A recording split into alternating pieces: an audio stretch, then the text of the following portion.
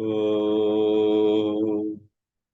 पार्थाय प्रतिबोधितां भगवता नारायणेन स्वयं व्यासेन ग्रथितां पुराणमुनिना मध्ये महाभारतम् अद्वैतामृतवर्षिणीं भगवतीम् अष्टादशाध्यायिनीम् अम्ब त्वामनुसन्दधामि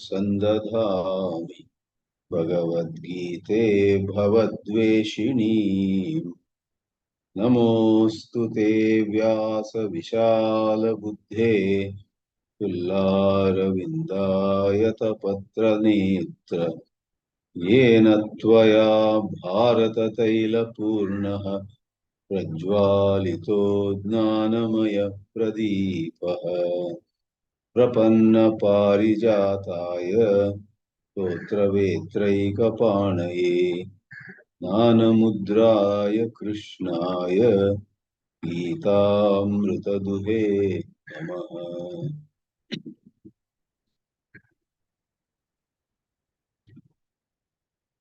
We are very happy to restart these Bhagavad Geetā classes online, which all of you are watching over YouTube.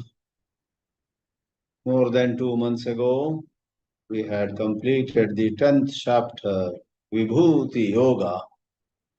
Thereby, in a sense, we had completed more than half of the great spiritual text of Srimad Bhagavad Geetā. In the Vibhuti Yoga, 10th chapter, it was to see God everywhere. The glory of God in every category, mountains or rivers, celestial, semi-celestial beings, in all the wonders of nature, and so on. Everywhere we may see God as specially manifest in whatever in that category is extremely supreme. The examples went: among the mountains, I am the Himalayas, Stavaranam Himalayaha. Among the rivers, I am Ganga, Srotasam Asmi Jannavi, and so on. Pujya Gurudev Swami Chinmayananji used to say that if in the 10th chapter you saw God in everything, in the 11th chapter you see everything in God. So we are going to watch that Vishwarupa Darshana in this class now. This Vishwarupa Darshana is a very unique chapter which at first sight has more literature than philosophy, but that is not true. It has quite a bit of philosophy too. We will take a quick look at some of the teachings in this 11th chapter, namely Vishwarupa Darshana. It is indeed rich in poetry, for it is in this chapter that great and wonderful descriptions of Bhagavan's cosmic form are given. No wonder in the entire Bhagavad Gita, it is in this 11th chapter that we find two-thirds of the shlokas in the longer meter called Trishtup. There are 55 verses in the 11th chapter and as many as 36. If there were 54 verses, then this would have been exactly 2/3, but there are 55 verses, therefore a bit less than 2/3, 36 verses out of 55 are in Trishtup. As you know, more than 600 verses in the entire 700 of Bhagavad Geetā are in Anushtup. Anushtup, those who try to compose shlokas know very well, is the easiest of all the meters to compose, to put together a shloka. Trishtup is not so easy, and not only a bit more difficult, a bit more, not too much, a bit more difficult to compose. Trishtup has the advantage of a single shloka being able to convey much more than what an Anushtup shloka with 8 syllables in every quarter can do. Trishtup can bring out more, having 11 syllables. Interestingly, it is the 11th chapter which has maximum shlokas with each quarter having 11 syllables. Trishtup has come before also in starting, I guess, with second chapter onwards. We have in the second chapter itself, even at the beginning, but to give an example, towards the end you have shlokas where you have in the Sthita Prajna Lakshana, you have the shloka Apuryamana Machala Pratishtam Samudramapa Pravishanti Yadvat Tadvat Kama Hayam Pravishanti Sarve Sashanti Mapnoti Nakama Kami is an example of Trishtup. So 36 verses, 2/3 of these 55 in this 11th chapter are in Trishtup, and of them again, rightly denoting or indicating the excitement, a mixture of many emotions that Arjuna goes through. Maximum out of those 36 verses are in the mouth of Arjuna. Arjuna gives his expressions or gives expression to his feelings in as many as 28 shlokas. That is in Trishtup. There are some shlokas in Arjuna's mouth, in Anushtup, we are not counting them. Out of the 36 Trishtup shlokas, 28 are by Arjuna, where Arjuna says, "What a great cosmic form yours is. I see this, I see that. I see the glory, I see the grandeur, I see how great you are, which I never knew." And in addition, as we shall see a couple of examples in this introductory overall preview of the 11th chapter, there are some shlokas where Arjuna expresses deep apology. I never understood you rightly, O Sri Krishna, forgive me. And then there are shlokas where Sri Krishna says to Arjuna, come on, get up, do your duty, don't stay laid back. In fact, I have killed all the Kauravas that need to die already. Be just an instrument. That is also in this chapter. So you have wonderful 6 shlokas in Trishtup by Sri Krishna. So 28 plus 6 is 34. What are the other 2 shlokas which are neither by Sri Krishna nor by Arjuna? Who else? It is Sanjaya. Sanjaya also reports in Trishtup in this 11th chapter.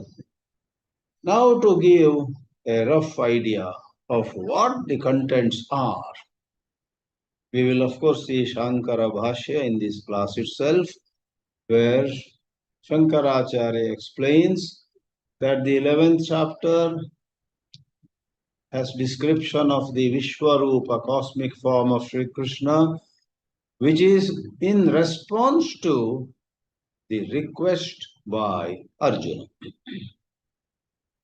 Arjuna's request, I want to see your cosmic form. Because towards the end of the 10th chapter, of course, that's our commentary. Arjuna doesn't say 10th chapter, 9th chapter. For him, there was no chapters. Later on, these teachings were put together by Vedavyasa as 18 chapters. But Arjuna would have said, you just now said that by even a little part of you, you hold the entire universe. You show yourself as the entire universe. I want to see how the whole universe is held by you. The whole universe is in you. You yourself are this whole cosmos. I would like to see. In response to it, Sri Krishna gives this Vishwarupa. But in addition, in these verses of the 11th chapter, certain other purposes are also served. One is, as the chapters 7 through 12 go about it, it is about helping you and me who study the Gita appreciate even more than otherwise the glory of Shri Krishna. As we have said before, some scholars are of the view that chapters 1 to 6 are more about a Jivatma's turmoil, conflicts that is represented by Tvam in the Mahavakya Tattvamasi. Tattvam Asi is the great statement. Tvam represents the Jivatma, Tat represents Paramatma, and Asi represents their oneness, which is seen by 1 in a million. So, Tvam is represented by the first 6 chapters of the Gita, more than other topics are also covered. Tat is also covered, Asi also is covered in the first 6 chapters, in the second set of 6 chapters, and in the last set of 6 chapters too. But relatively more emphasis is given on Tvam-pada for topics like Swadharma, what every one of us should do. Topics like Karma Yoga. If we choose properly what we must do, that is Swadharma, then how to do it? Without being selfish, we must do our duties and so on. And topic of various yagyas. In the 4th chapter, we have number of yajnas which are loosely translated spiritual exercises. Deva yajna, Pitra yajna, Dana yajna, Swadhyaya yajna, Yoga, Pranayama also is considered a form of yajna. So all are about the individual's spiritual practices. But in the second set where we are presently, chapter 7 through 12, the highlight is of the Tatpada or Ishvara. Jiva, Ishvara and Aikya, one of them, or the oneness among them. So Ishvaram Prati, Ishvara Vishaye, Atra Adhikataram Varnanam Labhyate, description. And therefore, the 12th chapter gives to us more understanding. Otherwise, ignorance is bliss. We don't know who God is. We have not much belief also in God. We take God for granted. We do lip service to all the bhajans and kirtans and stotras and stutis. We do things mechanically with not much of feeling in us for God. If we study the 12th chapter attentively, putting our heart and soul to the extent possible, in our japa, in our dhyana, in our upasanas, it makes a big difference if you and I do it with involvement. It's better to do 10 minutes of japa with involvement rather than sitting 45 minutes rolling the beads and mind wandering everywhere. Once more, we are not saying that you can do 10 minutes of japa with mind not wandering at all. Everybody's mind wanders. Hardly anybody, even advanced sadhakas, have their mind totally steady. It's a relative issue. Some relatively meditate better, some are very poor, relatively speaking. But other thoughts, unrelated, irrelevant thoughts do come in everybody's mind. But saying that everybody has this problem, therefore what? Let me plan which movie to go to this weekend as I am doing japa.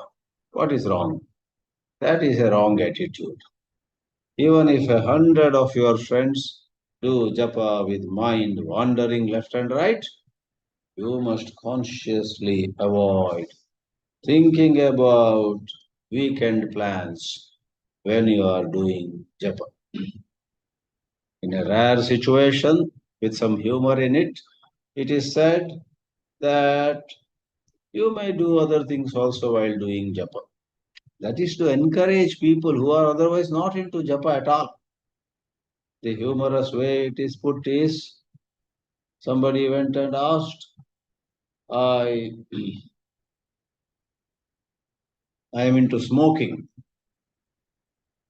I pray every day. Can I smoke when I am praying? In my morning prayers, can I also smoke? The Guru said, no, please don't do it. When you are praying, don't smoke. Put your cigarette away. If possible, stop smoking, the Guru said. But after 2 weeks, this man again went and asked the question a little differently. He said, Guruji, I smoke. I don't pray. I don't pray. I smoke. But the question is, nowadays I'm getting a little interest in smoking, in praying. I'm getting interested in praying. So when I'm smoking, sitting somewhere, even as I'm smoking, may I pray? Now the Guru forgot that this same guy had come before, asked the question. So earlier the question was, when I pray, may I smoke? The answer was no. Now when I smoke, which anyhow I am doing, may I pray? The Guru said, this man is not into praying at all. Let me encourage him to pray. Yes, yes. Even when you are sitting on a bench, maybe in a beautiful park, looking at beautiful nature, why don't you pray? Yeah, yeah. When you are smoking, you may pray. In that way, sometimes it is said, okay, you may combine. But really speaking, if you are serious, if you really wish to progress, in a very nice piece of writing, my friend Harshad Parekh says, the revolutionary thinker J. Krishnamurti and traditional teachers both talk about a certain lofty exercise. Krishnamurti says, watch the movement of the self. And traditional teachers say, have a form of God, let us say Sri Krishna, and lovingly and steadily think of Sri Krishna only. And then he laments, there is a problem in both the camps. He says, in the traditional context, hardly anybody thinks of Sri Krishna with all involvement. They let the mind go anywhere, shamelessly, without guilt, because they don't have the ability. The Shastra says, think of God, buddhya avyabhicharinya, pritya ananyaya, all is said. But 999 out of 1000, because they don't live properly. Their daily life is in disorder. They do things which should not be done, and they don't do what should be done. And therefore, there is so much of psychological mess and disorder in their daily life that when they try to do meditation, the mind wanders. And he laments that in the case of the people who are inspired by J. Krishnamurti also, that is his observation, a lot of people are unable to, first of all, understand what it is to watch thought with absolutely no involvement, absolutely no attachment, no identification, without any bias. It's called choiceless observation. Hardly anybody. Probably there also the reason is their daily life, the way they live is not orderly. A lot of contradictions, confusions, attachments, aversions, anger with somebody, revenge against somebody, and hankering after something which is not ethical. All these are in them, known to them or unknown to them. Therefore, even as they deeply appreciate J. Krishnamurti's teachings of living in awareness, alertness, etc., they say, wow, how nicely he has said, in a moment their mind wanders. And therefore, in great humility and very broad-minded approach, Harshadji says, in a piece of writing, maybe he put it on Facebook, I got it separately, one to one. I was quite touched by it. He says, both self-inquiry or self-observation, which Krishnamurti, Ramana, Nisargadatta and others preach or teach, and traditional teachings of japa, puja, dhyana, etc., are seen to be not delivering their goods because 999 out of 1000 people who are into this are not really into this. They do lip service. They just go around. People go to temples and ashrams for time pass. People go to ashrams and temples looking at the beauty of the architecture, the nice, prayer hall, and the music and the dance and the delicious prasad and some socializing, all that. Alas, in J. Krishnamurti centers, there are no temples, no music going on. It's very quiet and serene and peaceful environments. No noise, no crowds. But the human mind is all the same, so fickle. Most of the people go there. Also, they don't know normal use forms of escape, music and dance and prasad and socializing, etc. They do socialize a little bit, but for them it becomes another escape. Maybe they don't like traditional places, though they go there, naturally beautiful places. Maybe they don't like Sanskrit, they don't like the Brahmin priests.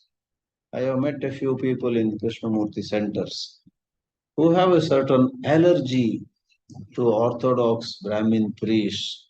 A whole lot of social injustice that surely would have happened to some extent comes into their mind. They don't want to go to some orange clad swamis or yellow clad archakas or somebody who does a puja and asks for a dakshina, etc. They abhor that.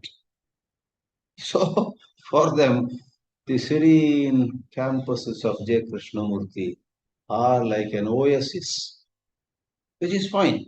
That much is excellent. If they like peaceful places, no rituals, no ganta, no ringing of the bells, no incense burning, and nobody saying, I know and you better learn from me. If they have no attachment to those, or if they don't, I mean, they should not dislike anything actually. Mind should be free from likes and dislikes. In Krishnamurti's teachings also, like Krishna does, Krishnamurti also asks us to be free of likes and dislikes. Ragadveshav Vyudasya cha. In 18th chapter, the word Vyudasya has come. As means to throw. And ut plus as if you join, Udasya. As though that is not enough, V plus ut plus as. Vyudasya. Ragadveshav Vyudasya. You must totally keep aside. Throw away your likes and dislikes. Don't think about how Brahmins or Vaishyas or Kshatriyas exploited the Shudras. I am a Shudra. Oh, I am a descendant of a Shudra community. For generations I have been, exploited. Maybe true. But if you want to operate on higher planes of spirituality, you better let go of your revengefulness, anger, wanting to settle score.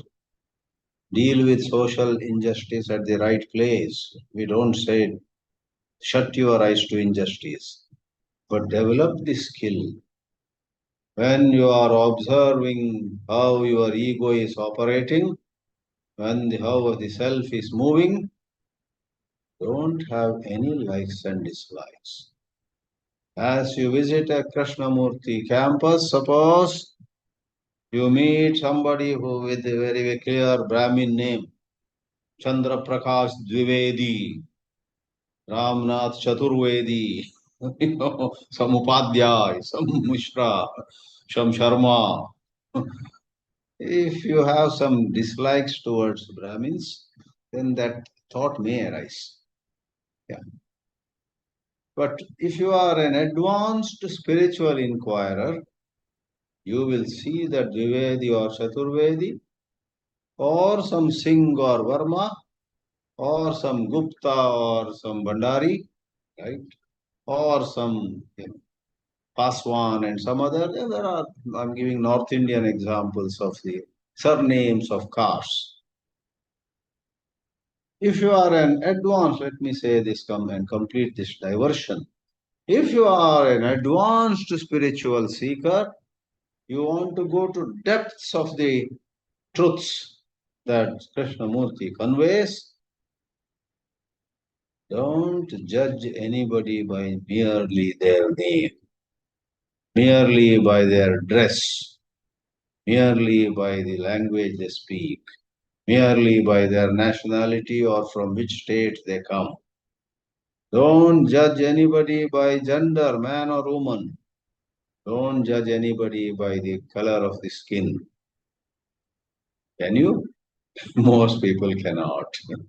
Somewhere or the other, their heart sinks looking at some people, and their heart swells with excitement and identification. Hey, he seems to be from my state. He seems to be speaking my language. He seems to be from my caste. Then what self-inquiry can you do? Pure awareness, self-observation, or why add the word self? Observation. Live in observation, live in awareness requires your noticing your likes and dislikes with ruthless impartiality. So we have in the 11th chapter, Sri Krishna giving us some special tips. Now, there are spiritual teachings. One I mentioned already. Arjuna, wake up. You have in the 33rd verse, perhaps that is the verse which is you quoted maximum by speakers. Sri Krishna says, Tasmatva Muttishta, Yasho Labasva. And then, Mayaivaite Nihata Purvameva Nimittamatram Bhavasavya. Verse 33 is packed with spiritual guidance. On the level of motivation, Uttishta, rise, get up, go. and achieve glory, good name, jitva shatrun, etc., then nimitta matram bhava, become an instrument in my hands. In recent times, Bhagavad Gita was referred to even in not just Bollywood, Hollywood movies, where in the very popular movie, I guess it became popular, or at least for a little while, everybody talked about it. It's called the movie called Oppenheimer.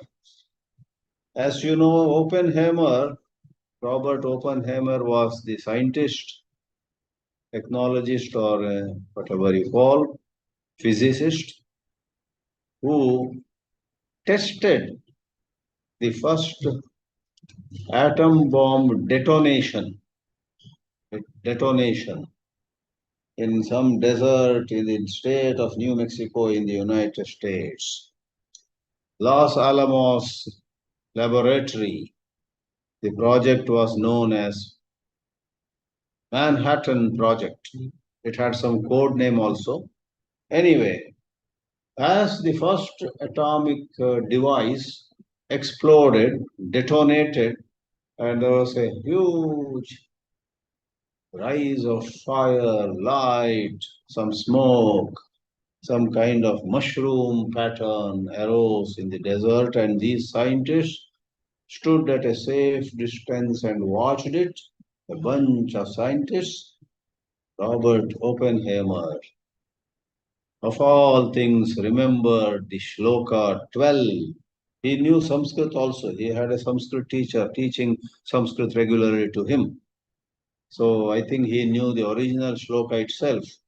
What is that? The 12th shloka goes, Divi Surya Sahasrasya Bhaved Yuga Paduttitha Yadi Bha Sadrishi Sa Syat Asastasya Mahatmanaha.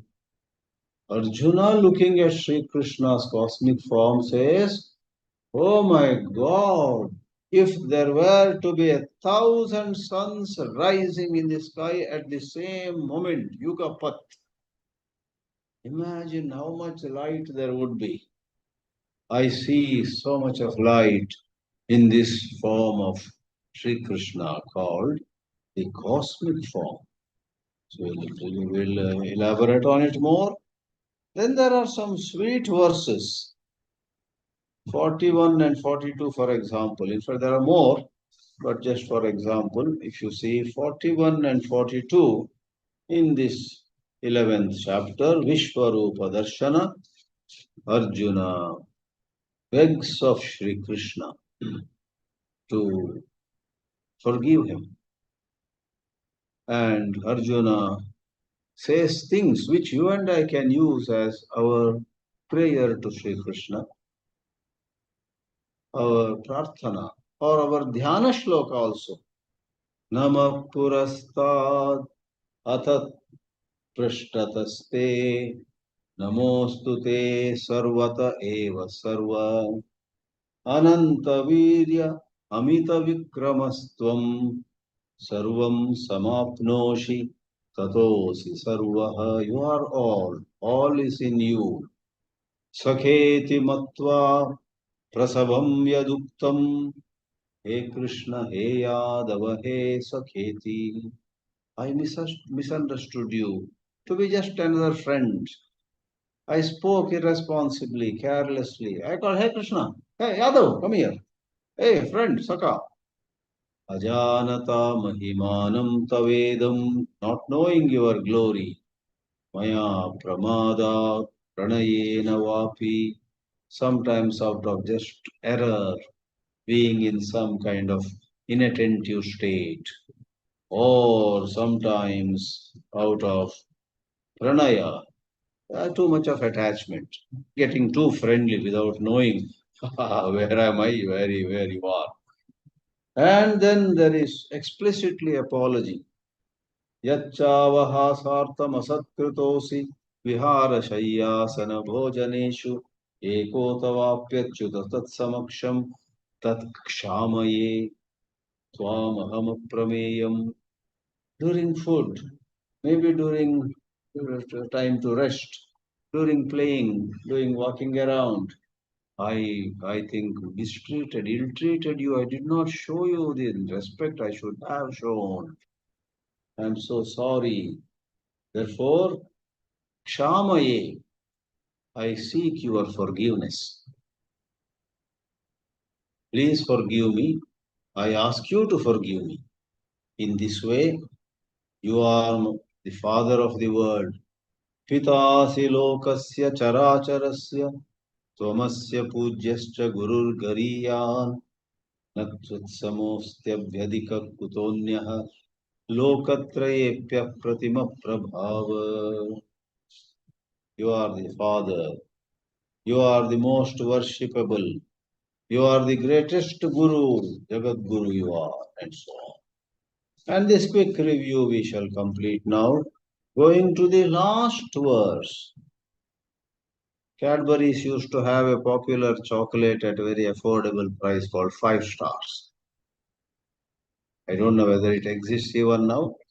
I used to call this 55th verse the 5-star verse of Bhagavad Geetā.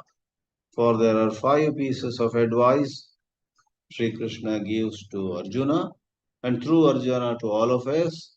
In that it is said, Mat karma krit, mat paramaha, mat bhaktaha, sangavarjitaha, nirvairas sarva bhuteshu, yassamameti pandava. O son of Pandu, when you do everything keeping God in mind, praying, may this act of mine please God. Matparamaha, which while earlier advice was for the heart, in your head, if you regard God as most supreme, nothing anywhere near Him. Mad Bhaktaha, Mad Karmakrit was for hands, and Mad Paramaha is head. Next one is Mad Bhaktaha is heart, with all love for God.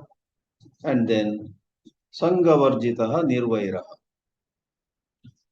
being free of undue attachments and being free of unnecessary dislike, hatred, revengefulness, etc. Clean up your bosom. Then, yassa mameti pandava. Then you come to me. You come to me. You are with me. You will have all the peace and strength and joy and everything you desire by being so, not by the way you are living presently. With this, let's go. Let's go to how Shankaracharya opens this chapter 11, Vishwarupa Darshana Yoga. Bhagavato Vibhutayaha Uktaha, says Sri Shankaracharya. Well, it's just a 2-liner, 3-liner to introduce this chapter. In the last chapter in Vibhuti Yoga, Bhagavataha Vibhutayaha Uktaha. The glories of Sri Bhagavan were said. Tatracha, there also, towards the end, in the 42nd verse, Vishtabhyahamidam Krishnam Ekamshena Sthito Jagatiti. Bhagavata Abhihitam Shrutva. Arjuna heard Sri Krishna saying, Ekamshena, with just a little part of me, I don't need to bring my whole being into this task. By just a little part of me, Vishtabhya, I hold the whole universe. Idam Kritsnam, and I stand Stitaha. Krishnam Jagat Vishtabhya Aham Stitaha. Iti Bhagavad Vachanam Shrutva Yad Jagadatma Rupam Adyam Aishwaram. Whatever is Sri Krishna's form, which is not in this little limited form of son of Vasudeva and Devaki, that form which is Jagadatma Rupam, which is one with the universe, the whole universe in him.